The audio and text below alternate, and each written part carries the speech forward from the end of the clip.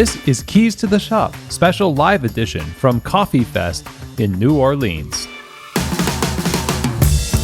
Well, hey everybody, and welcome to another installment of a special series on Keys to the Shop, where we are on site. We do on-site interviews at Coffee Fest, a wonderful trade show that has been going on for the last 30 years and has been providing amazing resources and opportunities for networking and procurement of goods and education for coffee retailers that is unparalleled in the coffee industry. If you go to coffeefest.com, you'll see the upcoming shows in Los Angeles and Minneapolis. I will be at both of those shows. Hope to say hi to you, but definitely sign yourself and your team up and use the code SPK50 for 50% off your general admission. I highly recommend if you're in the area or if you're close to the area, you just wanted to always visit Los Angeles or Minneapolis. This is a great opportunity to do so because at Coffee Fest, the free and accessibly priced trainings, workshops, panel discussions, seminars, all are part of the offering, along with the vendors on the trade show floor in the community of coffee that, again, will equip you for success. So go visit them at coffeefest.com to learn more, and I hope to see you there. Well, everyone, hey, it's Chris DeFirio, your host here at Keys to the Shop, and we're here again with another installment of a series where we record on the show floor presenters from Coffee Fest, exploring the topics that they have been able to present to people attending Coffee Fest. And in today's episode, we're going to be talking with three presenters from Coffee Fest in New Orleans. We're going to be talking about Turkish coffee with 2013 World Ibrik champion Turgay Yildizli. We're also going to be talking with the owner and founder of Sticky Fingers Sweets, Doron Petersan, and then we're going to be rounding out our interviews with Jonathan Riethmaier, who is the owner-operator of Mammoth Espresso in New Orleans. And so I'm excited because we cover a broad range of topics in these three brief interviews, of course, starting with one of the world's oldest methods of making coffee that has seen a lot of resurgence recently in competitions and thanks to the efforts of people like Turgay Yildizli. Then talking about baking and production baking and distribution and all that goes into the life of a baker, as well as the integration of baking in coffee shops with Doron Petersan. And then we're going to end with this kind of mini Founder Friday with Jonathan Riethmaier of Mammoth Espresso. So first up, we have Turgay Yildizli. Turgay's journey in coffee began when he was very young, introduced to home espresso by his father and Turkish coffee, the Ibrik method of making coffee, by his mother. And when he was young, they would just buy fresh roasted beans, grind them at home, and each of them had their favorite roaster, different grinding methods. And as times changed, the Ibrik fell out of practice in Turkey as well as the Middle East and Eastern Europe. And Turgay firmly believes that the bitterness and over-extraction that most people associate with Turkish coffee is a result of bad coffee, basically, and bad techniques, flawed techniques. And so his whole mission with his company, Specialty Turkish Coffee, STC, you can find that on specialtyturkishcoffee.com, is to introduce people to how wonderful specialty Turkish coffee can be. Turgay is a Q grader, an SCA specialized instructor, AST. He's the SCA Roaster Guild Level 2 certified roaster. And of course, as I mentioned in the beginning, he is the 2013 World Ibrik champion.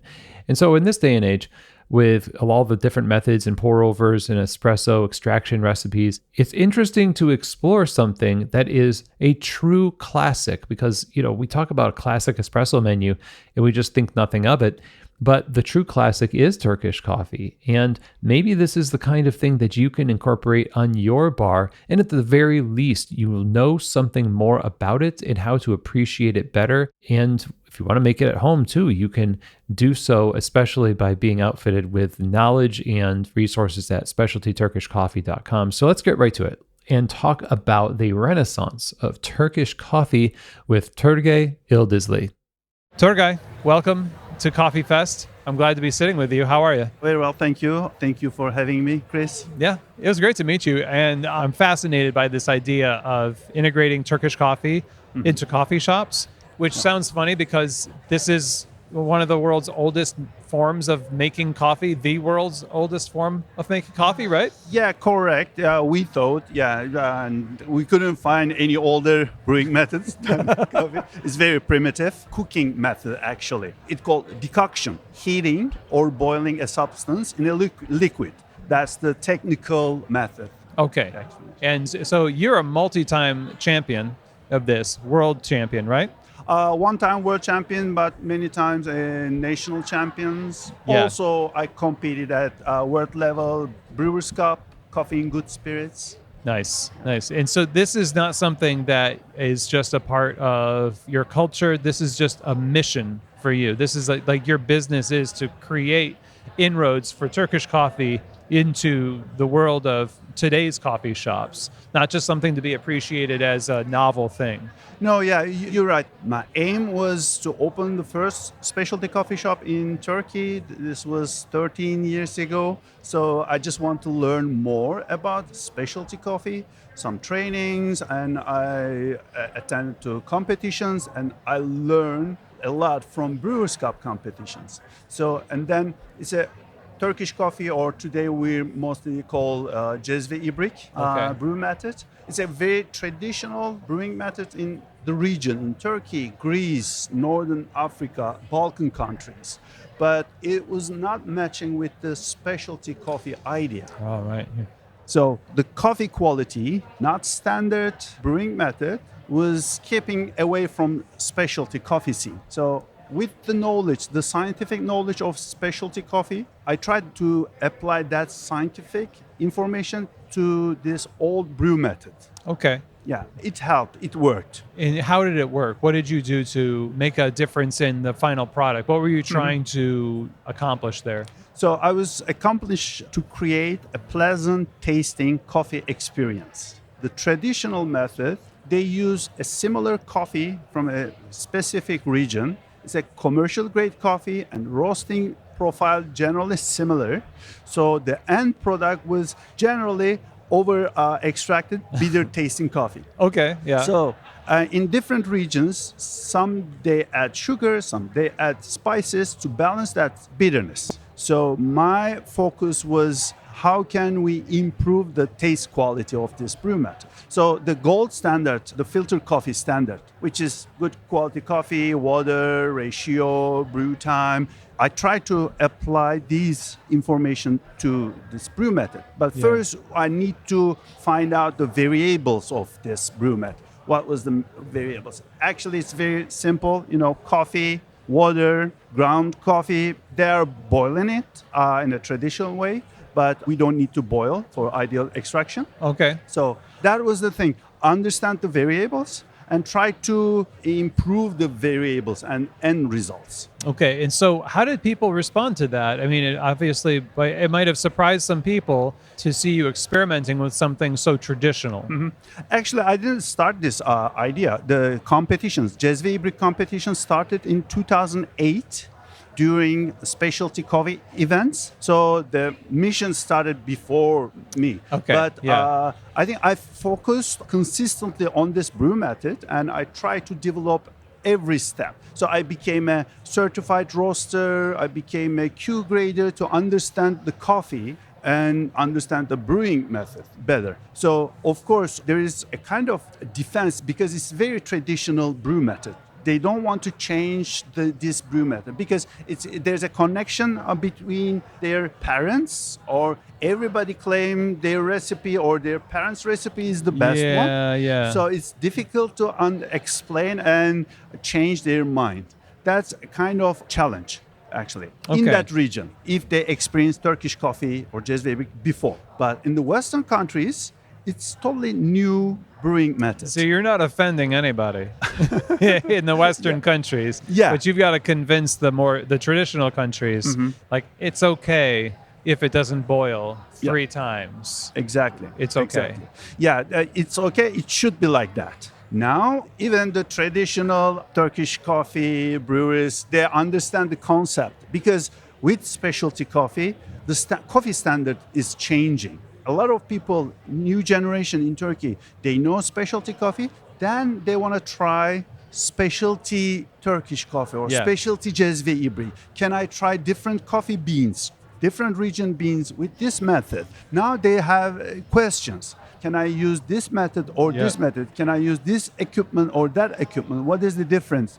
Now they are asking questions, which is good. Okay, so the curiosity is helping drive innovation and adaptations and stuff. So why don't more coffee shops do this? Because still it's new and still a little unknown. As a small company, we established in 2014 and we focus on specialty Turkish coffee, also our business name. And I design equipment and also try to find ideal coffees from different regions.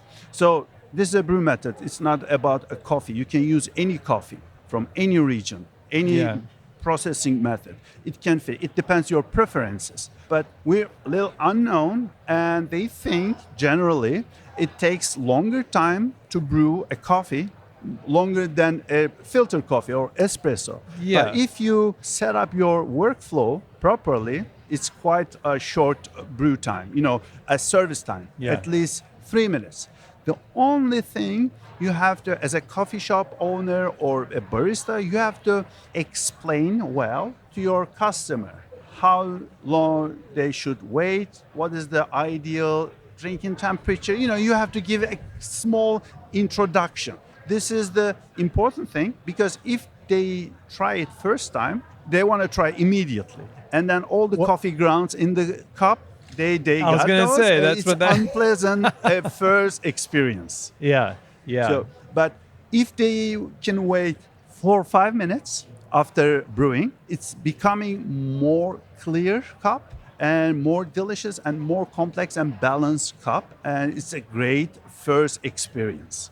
So then they want to try more different beans, different recipes. Yeah, this is the... That's good. So they have to, like you mentioned this, and this is the kind of thing that happens with pour over coffee.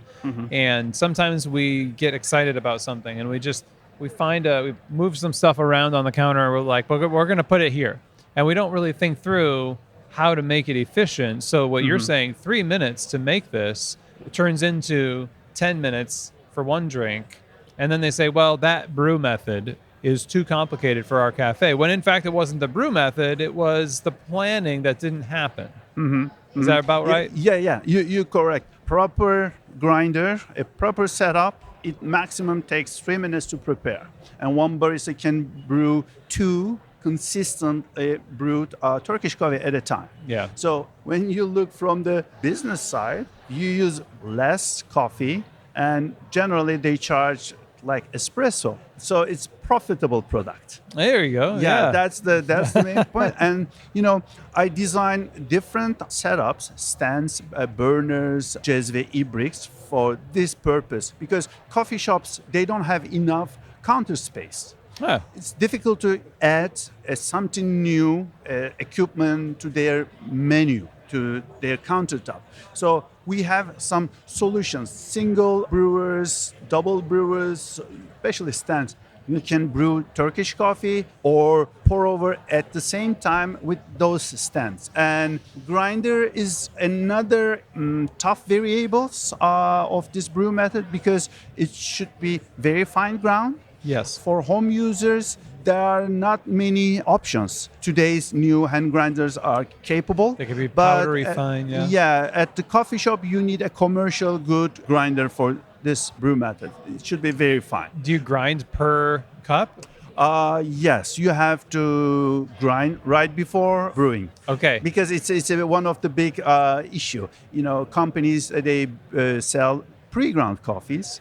And Turkish pre-ground coffee, it's powdered. Powder in a can or bag. So when you open it, it's immediately goes stale very quickly. Yeah. So now, it's not ideal. If you could envision a cafe that has a program for this, are they offering one type of coffee that is brewed on this method, or is there room for many variations? Are we adding spices and things to it? Or? First I'm trying to introduce the plain Turkish coffee or plain Cezve ibrik from different regions coffee. My personal preferences generally is natural processed coffees, because it creates a great body, sweetness, and also we introduce acidity to that brew method. Because the common coffee is Brazilian low altitude coffee, natural process, but it doesn't have any acidity, almost no acidity. Nice nutty notes, some maybe chocolatey aftertaste, Classic. a lot of body,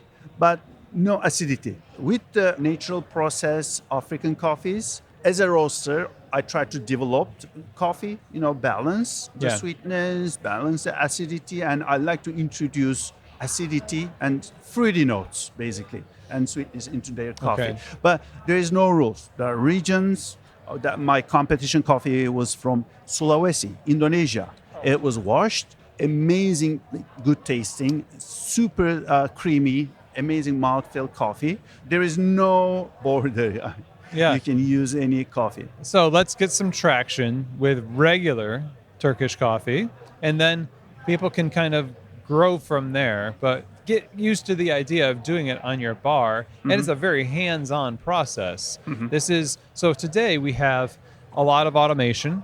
Yes. We have a lot of tools that will help us be more hands-off. But here you come saying, well, this is probably the most hands-on method that you're going to have. Pour over is hands-on as well, but this requires a lot of attention. And so speaking from a logistical point of view, how do you counsel people staffing-wise to be able to integrate Turkish coffee and not have their labor go up? It's kind of pour over, labor intensive, but if you set up your workflow properly, it's 2 minutes. But the plus side is you're adding something new to your menu, which you have more a chance to interact with your customer. And of course, it requires kind of learning process and setup process, but it's not like espresso. It's not that hard. It takes maybe couple days to learn and practice this method. So I do trainings, consultings around the world, and at the end of the second day, the baristas, they are able to brew 2 cups at a time, which is competition standards. Cool. And I bet you it energizes them too, because that's something that if you signed up to be a barista in a coffee shop, you're not thinking, I'm going to learn how to make Turkish coffee. That's a cool skill set to have, actually, because we know espresso. It's awesome. Pour over coffee and batch brew and everything else. But then this is something that is very close to the roots of coffee, and now you can do it efficiently, which I imagine, of course, then you can guide the customer more effectively. Like you said, it's very important.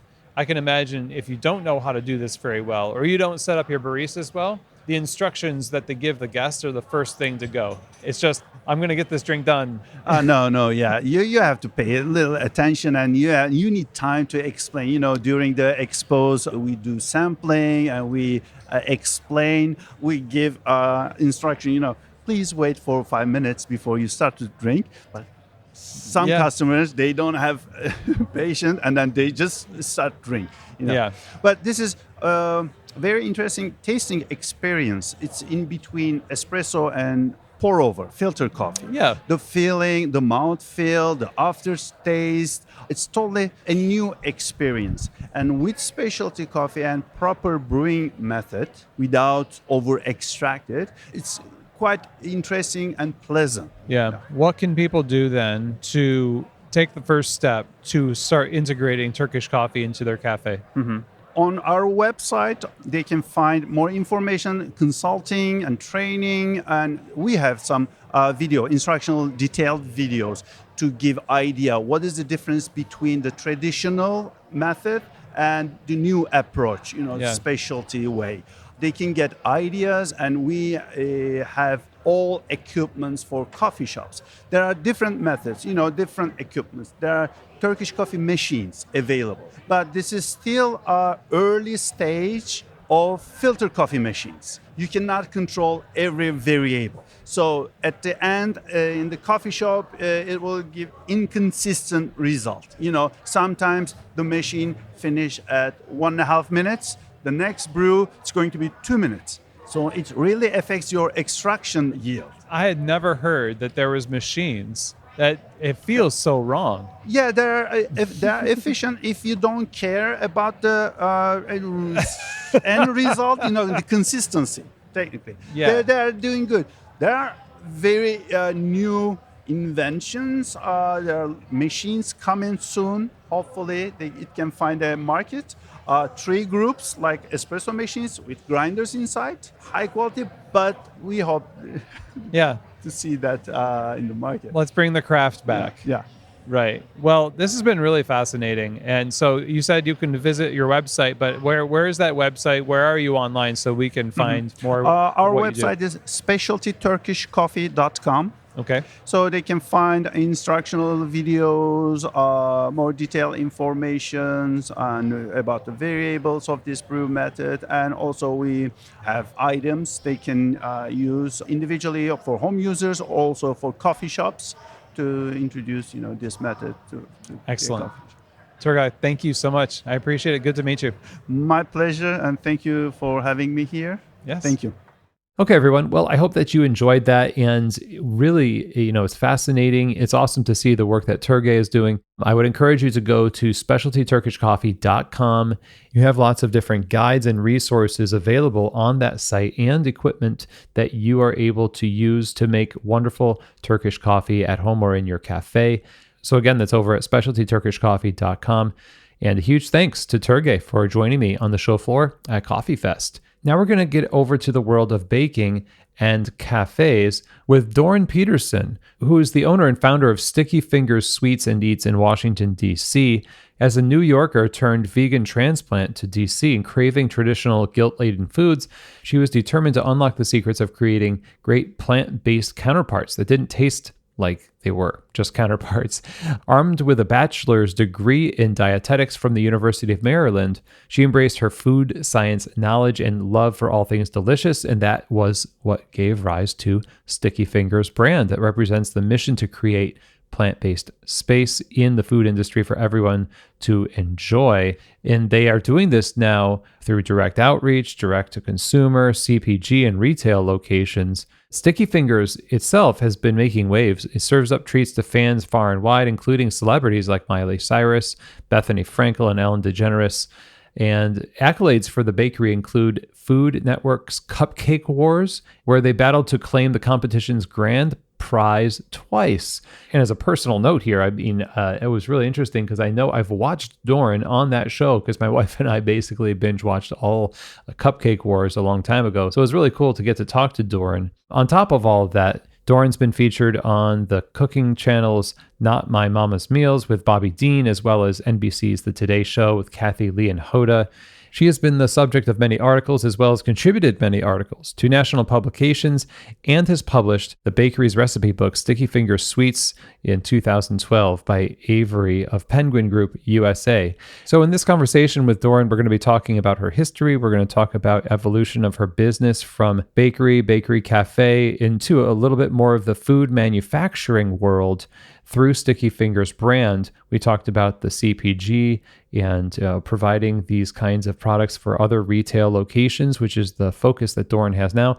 But I'm going to let her get into all of that. And it was wonderful to get a window into her world on the show floor at Coffee Fest in New Orleans. So without anything else from me, let's get right to it. Here now is my conversation with Doron Petersan, founder of Sticky Fingers Sweets and Eats.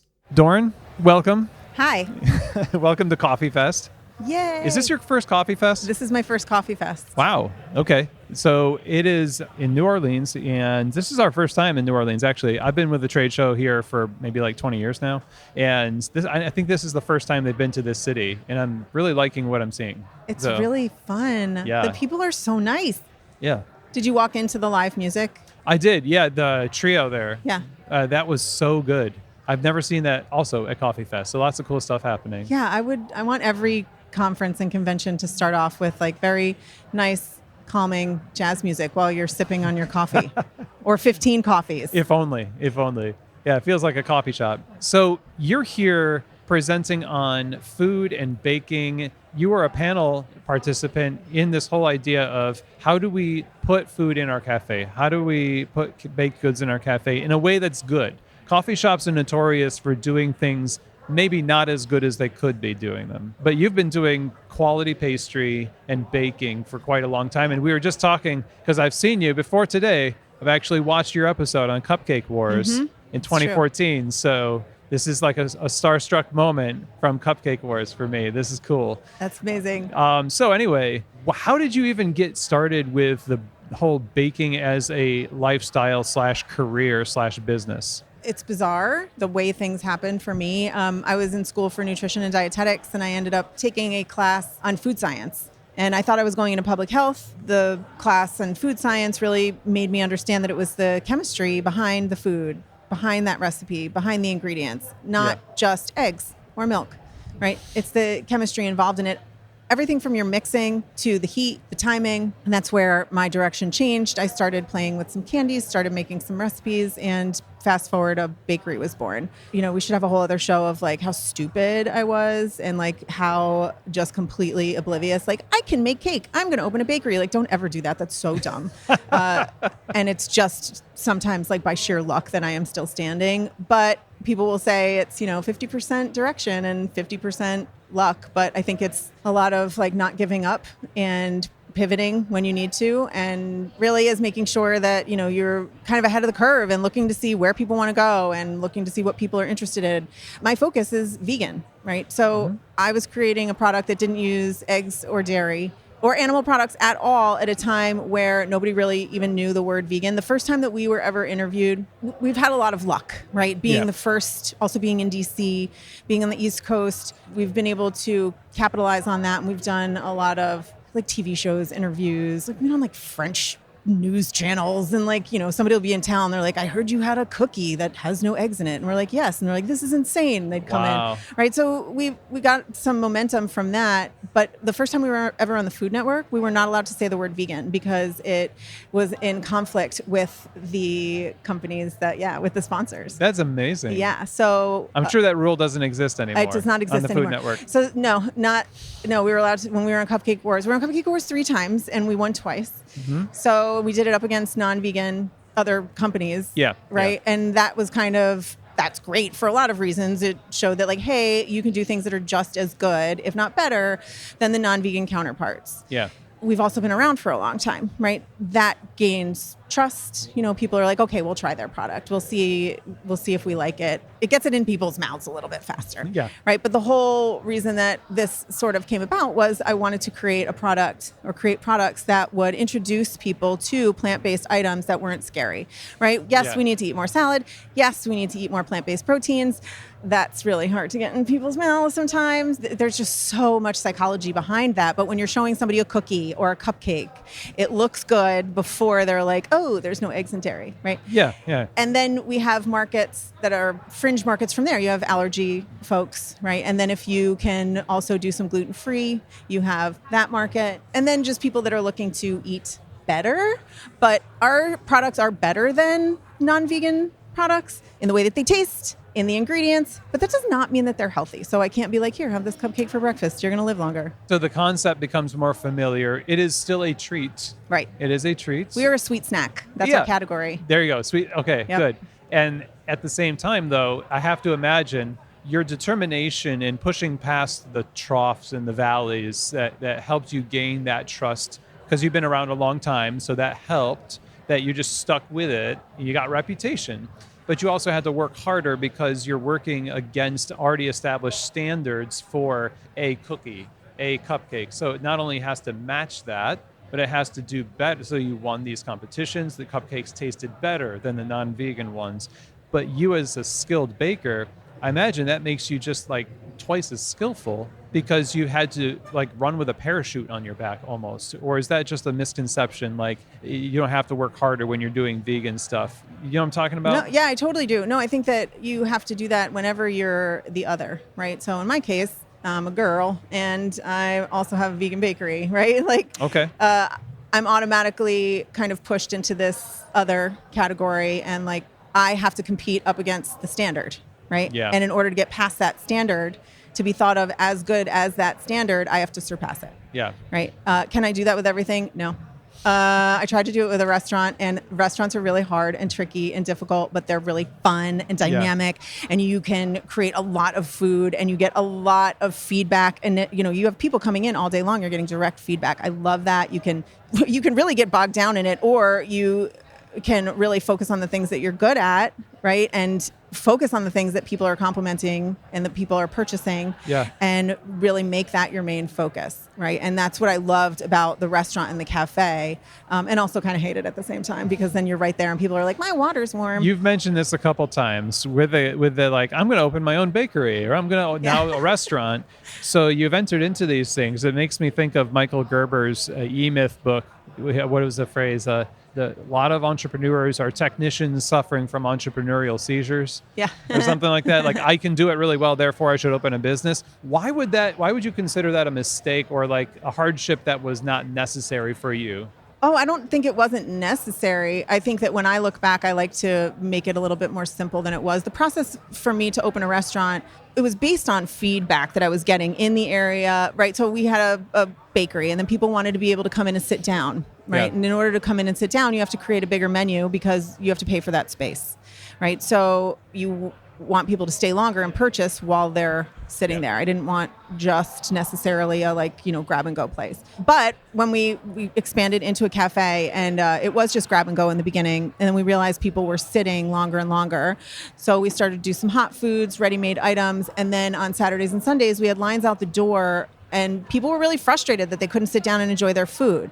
We wanted, being a plant-based place that was also part mission-based, right? Mission-based business, wanting to make sure that we have vegan products that are available and obtainable and affordable and delicious. So all of those things together, we had people that were standing eating their French toast or their cupcake or their lattes and their pancakes because there weren't enough seats. So we're like, okay, we can expand and we can do sit down, we can do table service, because that's how you regulate. Having quick serve, you either have to frustrate people, you have to make people mad at the register, or you have to make people mad when they go to look for a seat. Choose where you make them mad, right? So it seems really counterintuitive, but when we would get super busy, we had 2 registers. When we get super, super busy, we'd take one person off the register or make one register coffee only and one register food only, so that we could regulate how many people were ordering food and how long it would take for people to turn around. But if you're not turning those tables physically, it makes it harder to actually turn those tables. So that was like the kind of introduction into like why I would want a restaurant. Introducing people to more options, having another way to present our baked goods, so it's not just coming in for a baked good and a sandwich. You have this whole meal that's happening. We did a lot of sliced cakes when we had the diner that was operating.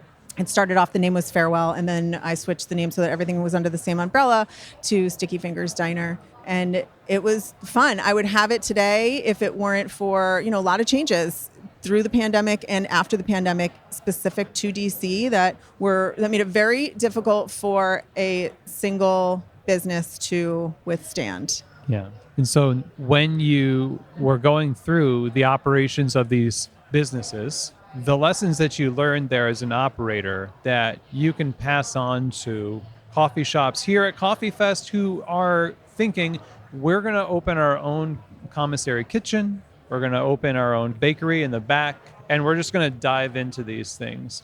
What kind of go for it message do you have, but also what kind of hold on, pump the brakes kind of message do you have? There's so much more available to people than I had available to me 15 years ago. Yeah. The pain points that are being covered by so many of these manufacturers and distributors, you don't have to go through all of that torture, right? Here today we have a bakery place that does par-baked and frozen direct ship. There are so many places that you can get either pre-prepared par-baked product shipped to you where you don't have to do the scratch.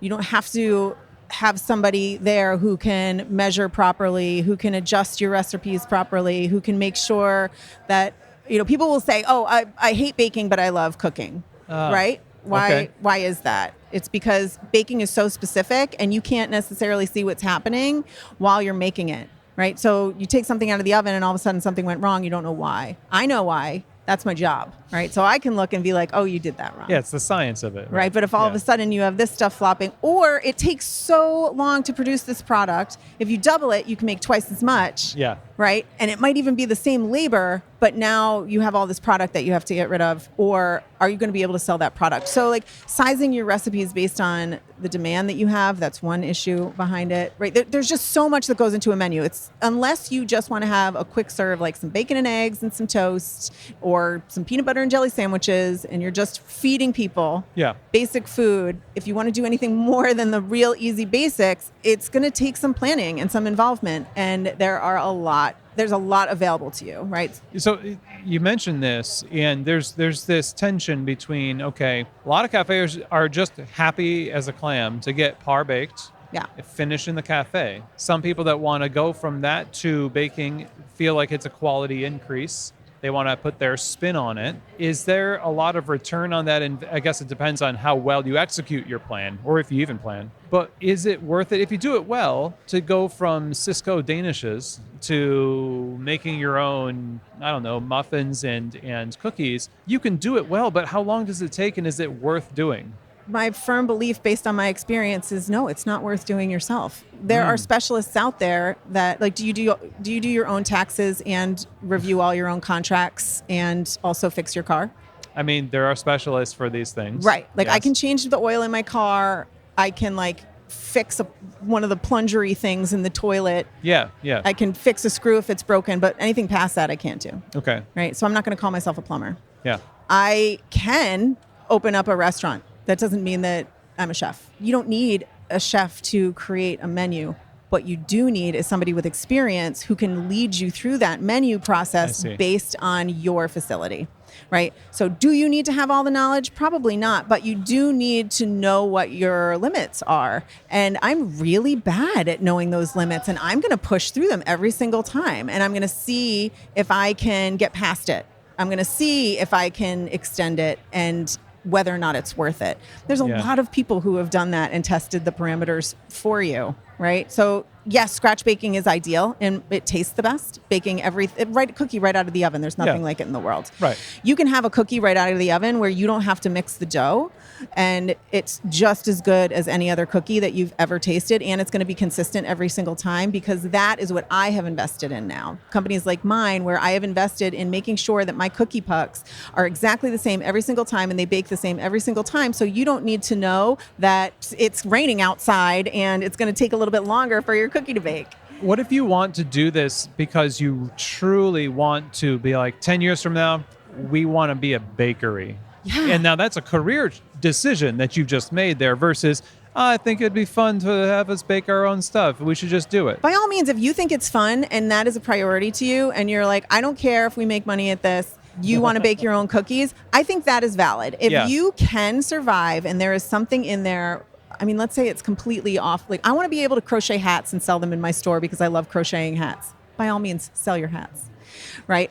But you have to decide, is that part of your mix? Is that part of what you're doing? Is it worth it to you? I'm not going to tell you it's not. If you're asking me about how to create a menu that works with a coffee shop, I'm going to look at your space. I'm going to see how much space you have. I'm going to see how much storage space you have. I'm going to look at your foot traffic when it is, like, you're going to look at your clientele, you're going to look at your demographic, and you're going to base your menu off of what you already have to grow it. If you want to completely pivot and start a whole other business, go for it. Yeah.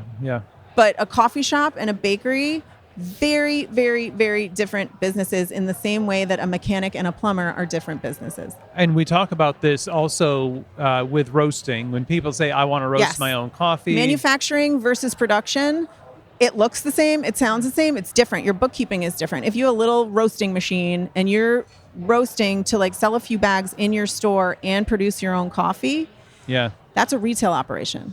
If you are producing product to resell, and that's where the majority of your money is going to be coming from, that's a manufacturing production situation. Yes, right? it is. Yes, it is. And that's kind of what you're doing now. Yes. Right? Tell us more about that. So I switched to production facility, and I built out, it's very small by manufacturing standards. It's only about 3,000 square feet, but it is enough equipment and enough space for us to produce almost, give or take, we haven't tested it to the limits, but it's 10,000 pieces a day. And what I specialize in are cookies, brownies, sandwich cookies, cakes, and then we have a very small pastry division because we have a small, retail facility in our manufacturing facility. really? This is the Okay. unicorn. I love All this. right. I love this. So I'm breaking all the rules, but I'm not. I have a manufacturing facility. We produce all of our products in this manufacturing facility. My bookkeeping is manufacturing bookkeeping. My retail store is a customer of my manufacturing facility. Yes. It is a separate Okay. business. Okay, yes. Is there overlap? Do they make mistakes? Of course they do. Do they run in there and like, I ran out of bags, and they go and grab the bags from the back? But everything is inventoried on our bakery business side. And then my retail business is a separate retail business in the same way that my retail customers offsite, it's like different restaurants and coffee shops. Those are my retail partners. Those are my retail customers. We deliver product to them. And then we have our wholesale packaged product that we are delivering. We do mostly distribution. So we work with one distributor right now. We just hired our first broker. We're looking to expand. I mean, I have huge dreams for that. Don't get me wrong. My goal is like, by the time we sell something in Japan, I am done. That is my goal. I want to be able to sell something in Japan. But we're going for East Coast distribution right now. And that is with our packaged product. A lot of people who are in the coffee space do this with bottled beverage. Yep. They also do it with instant coffee, or they might want to do it with baked goods, and they enter into this world of supply chain logistics and manufacturing. For you entering into this world, what was the biggest learning curve, and where are you at right now? Oh my gosh, there's not just one.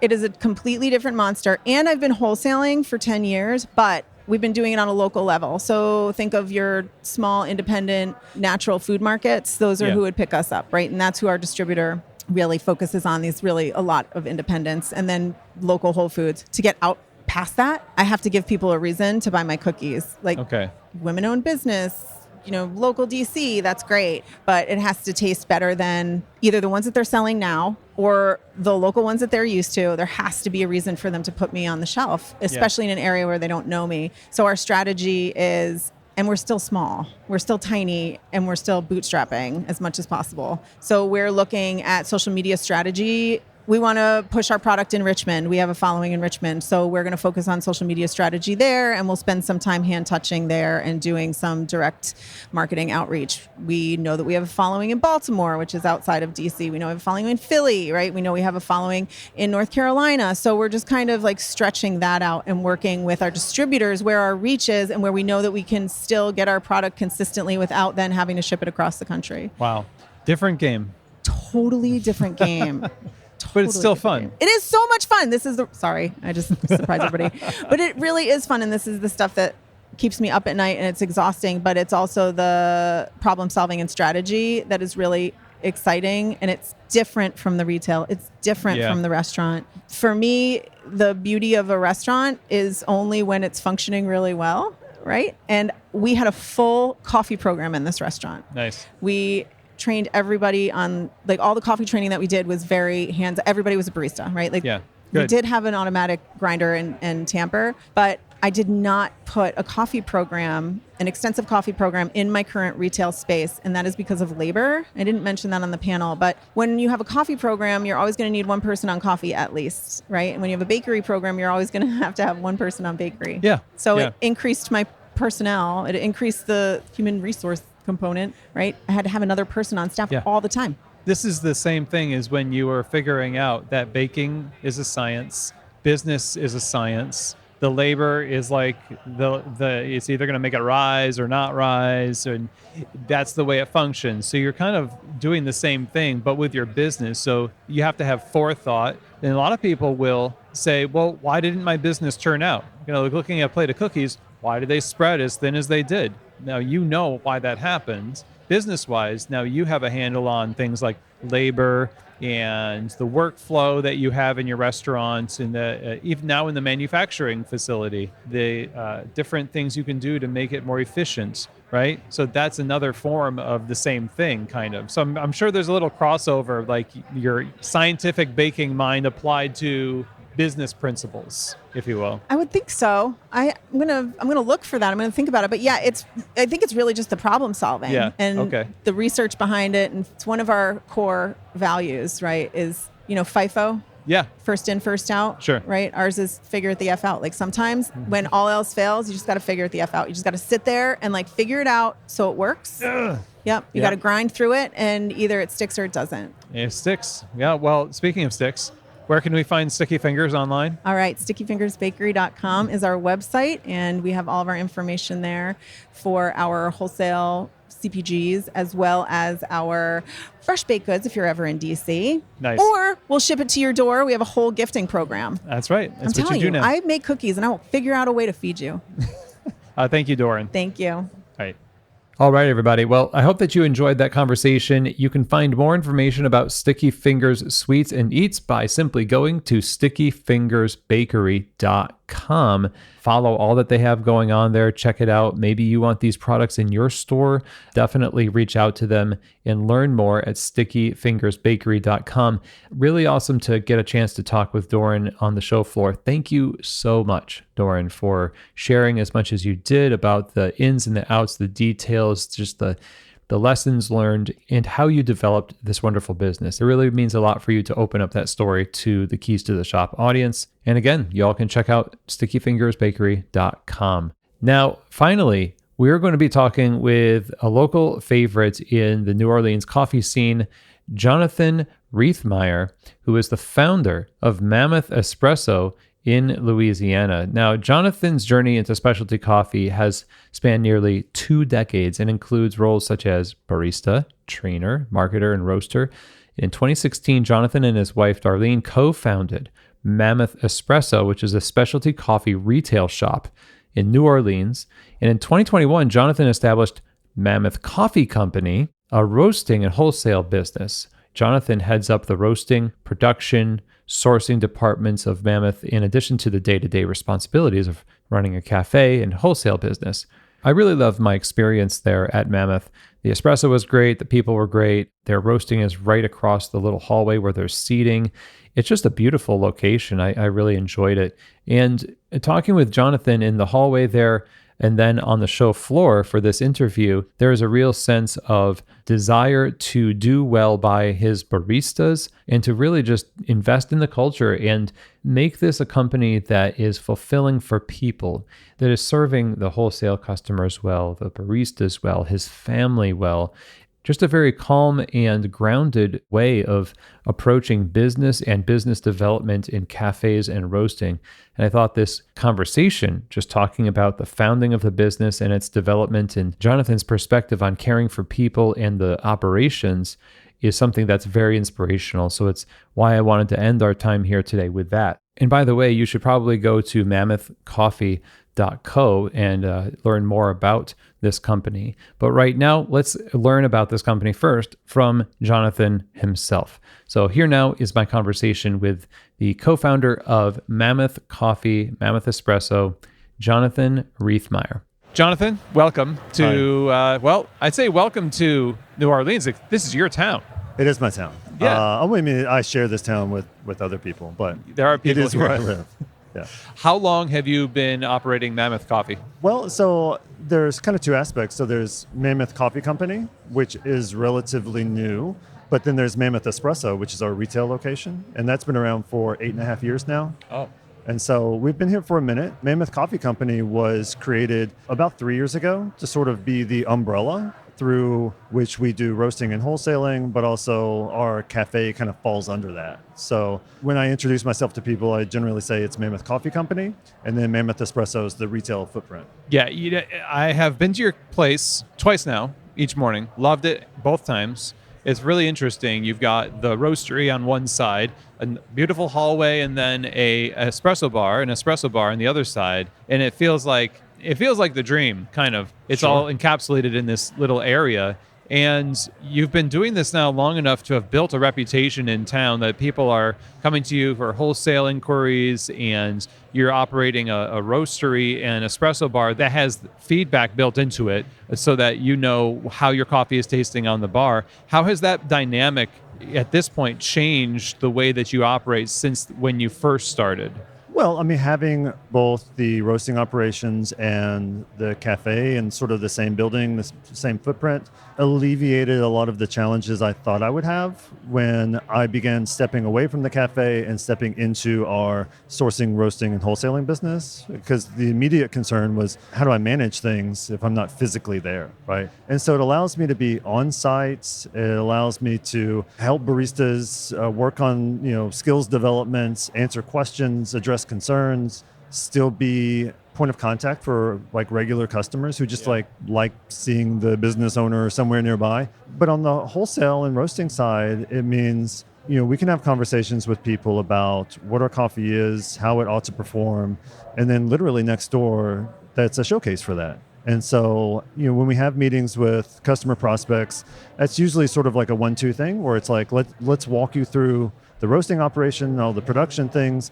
Now let's introduce you to the cafe and let's go through the menu and let's talk about things. And, some of our customers are also people looking to start new businesses or incorporate a cafe concept into an existing business. So then we have other conversations about not just coffee and what it should taste like, but how do you optimize design of your cafe space for workflow, or how do you troubleshoot a tricky area to fit some equipment into an odd space in an existing build out. So, I mean, for us, it's the dream to be able to operate essentially two related but separate businesses in one space. Yeah, very complementary, adds a lot of momentum. Let's take a step back, because I told you this yesterday. We chatted a little bit. I said, I could tell you came from coffee a little bit before starting your own company because of the way you were talking about your baristas and the value you put on them, because of the way you're talking about the bar. You can kind of sense these things, right? So where did you start in coffee, and how did you then kind of pivot to saying, now I want to start my own thing? Well, my start in coffee was around 2004 and wasn't in a cafe. It was working in an office as an account manager for a public relations firm. And I was working for a company that made supplies for coffee, didn't have a footprint in small independent retailers, and wanted to be a participant in that marketplace, right? And so that was my introduction to SCA, to Coffee Fest type things, to trade magazines. And I was the person responsible for figuring out what this weird little community was doing and determining how this product could fit in that space, right? And so I was constantly having conversations that helped me understand the inner workings of coffee, but also understand that coffee people are serious people about coffee, and that there are career people in coffee, and that there are career paths that are available to people in coffee. And from that moment on, I just wanted to get more and more into it. And so I started writing about coffee. This is back when blogs were a big deal. Yeah. And I convinced a few cafe operators to just let me in. I'll work a night shift, a weekend shift. I just want to touch the equipment, really. From there, helped a friend with the opening of her cafe. And then I just wanted to be in it all the time. But not because I wanted to run a business, but because I wanted to be the barista in an amazing cafe, right? And so when you think about what differentiates Mammoth maybe from some other spaces, is that I came into it as a coffee person, and the only thing I cared about was having the perspective of a coffee person and doing something excellent. So we're a barista-led, barista-driven company. That gives me the advantage of anything that my staff is going through. I've also been in that same position. But also, my wife and I, my wife Darlene, who runs Mammoth with me, is before we opened, we said, this is what we want to do. These are the values that we have. And if we can't stick to these, we just shouldn't do this. That clarifies every decision that you make. And so when there are things where here's a business opportunity, we could make money doing X, Y, and Z. If it doesn't fit within that defined contour, we don't do it. And that gives me so much freedom to just be creative with our business and operate in a way that I find just personally fulfilling. Yeah. Because all that other kind of BS, that's not our business. Okay, so I want to dig into this a little bit, because values are one of those things that we talk about on the show a lot. Having that be the first thing that guides your business is such a wise move. Two things. One, I would like to know what those values are. Two, how do you stop yourself from shoehorning opportunities into your values that actually don't fit your values just for opportunity's sake? Like, yeah, I guess that fits in our values. I really want to do it. Because like you could, have to say no a lot more than you'd like to if you've got those values. And that's the part that's hard about having them versus this is a heck yeah, well, we're going to do this, right? So what are those values and how do you balance the opportunities that come your way in a way that you're honest with yourself about them? It's a challenge, right? And so what are your values, right? I think when people think values, they either think that it's like total BS or they think maybe this is a religious run company, which respectfully we're not. And so we always wanted to look after both the welfare of people. And so that includes our staff, it includes our customers, like just doing right by folks, but also are we creating pathways and room for people to grow, right? And like the coffee space is sometimes weird because you look at the opportunities there and you're like, well, I only want a barista that can just do this one thing and they're going to be at this pay rate. And if it doesn't work for them over time, then they just kind of self-select out and they go. And then I train somebody else because they're at that pay rate. And, that was an unappealing business model. And so I wanted people who felt passionate about the field, who felt like with us was a place where they could grow because we attract people who are passionate about coffee, right? And so we want to help them flex that muscle and grow and learn, even if it isn't in any way that helps you pour latte art or make a better cappuccino. We want people to feel fulfilled in their career path, right? And so those are things that kind of guide how we view our company and the decisions that we make. Now, you ask about, could it be tempting to try to shoehorn an opportunity to kind of match those values because it was lucrative or attractive for any reason, right? And that has happened. And so a couple of years ago, we were approached by a company that operates conventions, conferences, stuff like that. They wanted us to basically be the people on the ground at the conferences that they would just book out and then we would just run them. And they put some numbers in front of us and it was incredibly lucrative and it was going to be turnkey for what we did and the equipment that we had and our capabilities. And we had a series of meetings and every time we talked to them, I grew more and more uncomfortable with how they felt about the business, but also how they felt about the people they worked with or how they talked to their staff and even how they talked to each other was just off-putting. And we had to have serious conversations about like, should we walk away with this? Because I don't feel comfortable working with this business. And we walked away and they thought I was an idiot, but it felt good to do it because you realized that's not really in line with who you are. That's not the reason you're doing these things. And that's just one instance. I mean, we have some examples on the wholesaling side where it's just like we want to sell coffee, obviously, but it needs to be a good fit. And we've had meetings with folks and I just did not feel good about working with them. Like, we need to have good relationships. I need to have a lot of respect for you. And just because you want to buy the coffee, that's not enough, right? Like, you also need to seem like a decent person who's taking care of the people that are around you, right?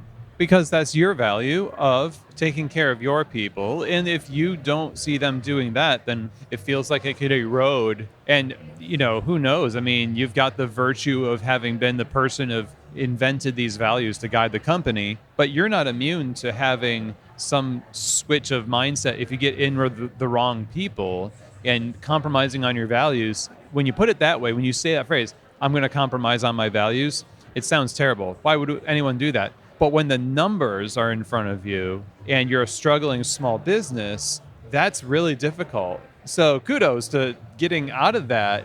A lot of people, though, without values, I don't know if you would agree with this, but numbers are the value.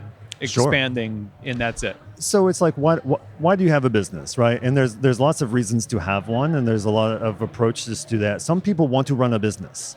And they do care about the numbers and they want those numbers to grow. Yeah. And, how much do they want them to grow? As much as possible, right? And that's the way a lot of businesses are run.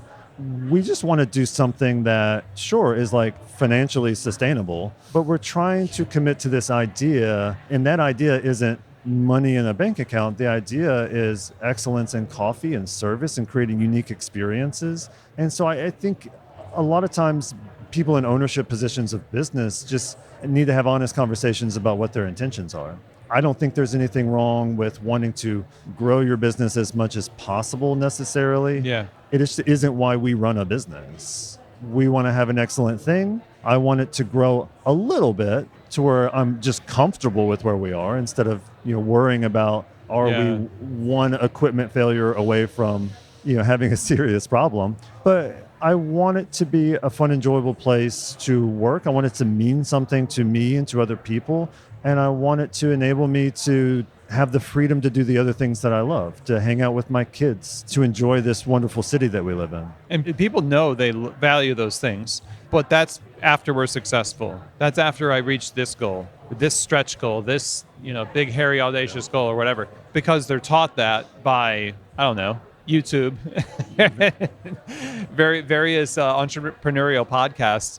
But it feels like what you're motivated by is what's in front of you and learning about your business and your people and doing well in your ecosystem versus what the next guy is doing or what a talking head somewhere else says you should be doing. So it feels like you have a little bit more resiliency to not be so swayed by the current attitude toward work and life. I think you need to learn when to kind of put the blinders on. Yeah. Because if you're constantly looking around at what are other people doing, then you're just like constantly chasing something that's not your own, right?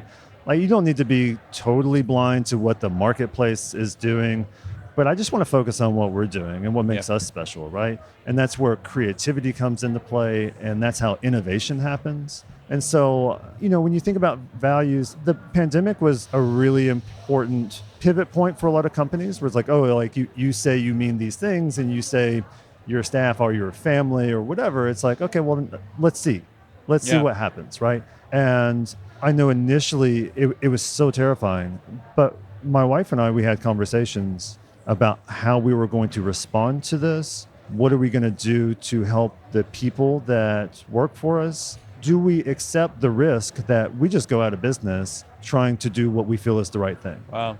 And the answer to that was, it's like if we don't come out of this and we're a company anymore, I'd feel better about trying to do the right thing, getting through this time period, than to just survive, right? And so we did a lot of things.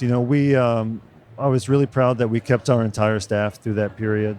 We paid people to stay home. Nobody lost wages during that period because they kept their shifts.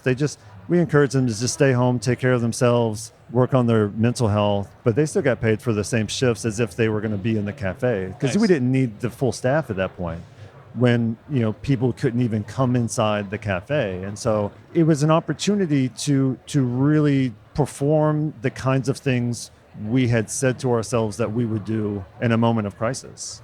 It's when it counts. Right. Yeah. Okay. So this, just off to our side here are hundreds of people who are in different phases of their business. They are just getting started or they want to learn something that will help them achieve a better end of whatever their desire is, right? Let's just say the people listening right now are your wholesale clients. That's what they want too. What's a couple of things that you find yourself saying often that is at the root, like the foundation of being successful in operating a coffee shop or a coffee shop / roastery similar to yours? There's a couple things. I think one is, and this is an issue I had, don't assume you are your customer. I had a really specific idea of who our customer would be when we built the business. And I didn't realize until a couple years later that specific person was just myself, of the kind of person who would travel across town every day of the week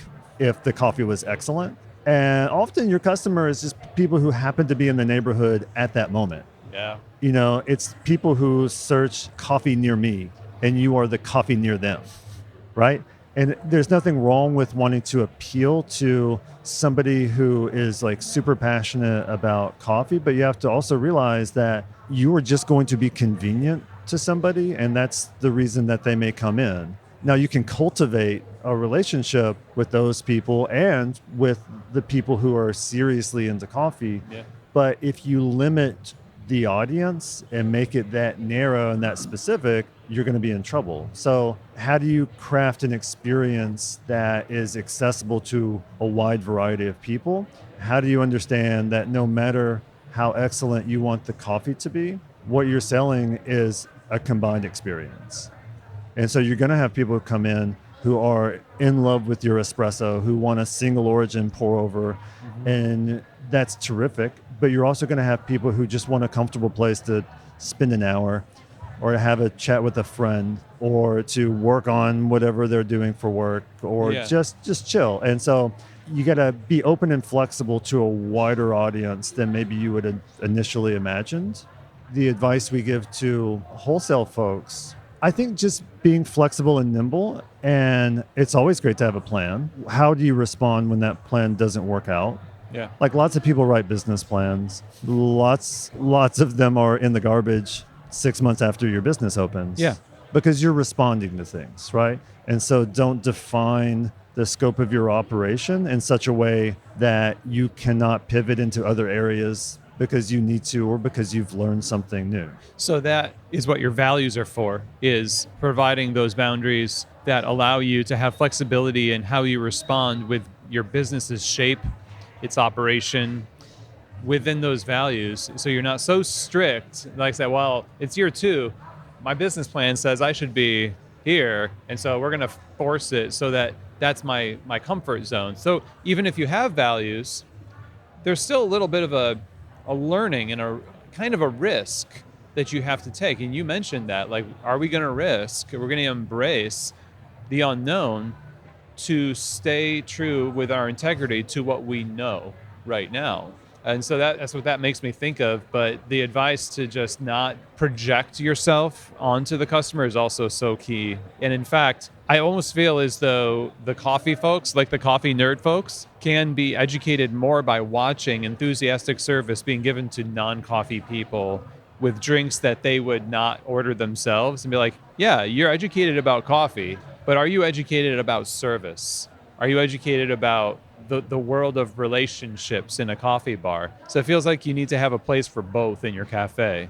Oh, for sure. When you hire staff and you interview folks and you start talking to people who are serious about coffee, well, there's lots of different kinds of people who are serious about coffee. Yep. And there might be somebody who's an excellent barista, is dependable, will show up on time, and their resume looks great. But there are some people who view the customer as the obstacle for making coffee, right? Yeah. And it's like you have to be empathetic and you have to desire to create special moments for people. And yeah, you have to like people to be a part of at least the retail part of the business. Yeah. It all comes back to that. It's about relationships. I'm super glad I got to experience what you built and glad to talk with you. Where can we find more information about Mammoth Coffee Company? Sure. If you go on the web, just mammothcoffee.co. If you go on social, Instagram, mammothcoffee.co.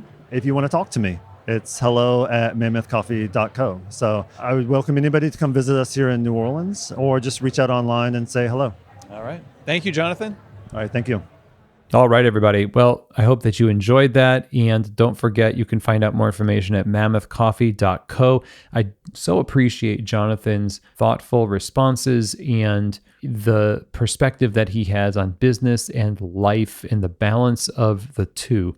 Their company feels like, at least from my experience, is someplace that where the fruit kind of is representative of the health of their roots. And we talked about that with Bartholomew Jones, the fruit and the root. And they're definitely rooted in this company around the right things. And it comes out in the way they serve, in the way they develop and care for each other. And the coffee tastes great. So what a great conversation. Thank you so much, Jonathan, for taking the time to sit down with us and chat. It was really meaningful. And again, everyone, go check them out over at mammothcoffee.co. And with that it rounds out our conversations on the show floor of New Orleans. You know, just around the corner here is Coffee Fest in Los Angeles, and then followed relatively quickly is Minneapolis. Go and check out Coffee Fest at coffeefest.com. These conversations are representative of the kinds of conversations that happen all day long throughout the show, on the show floor, and you get to learn from people like the 3 people we talked to today and more. So again, check it out at coffeefest.com.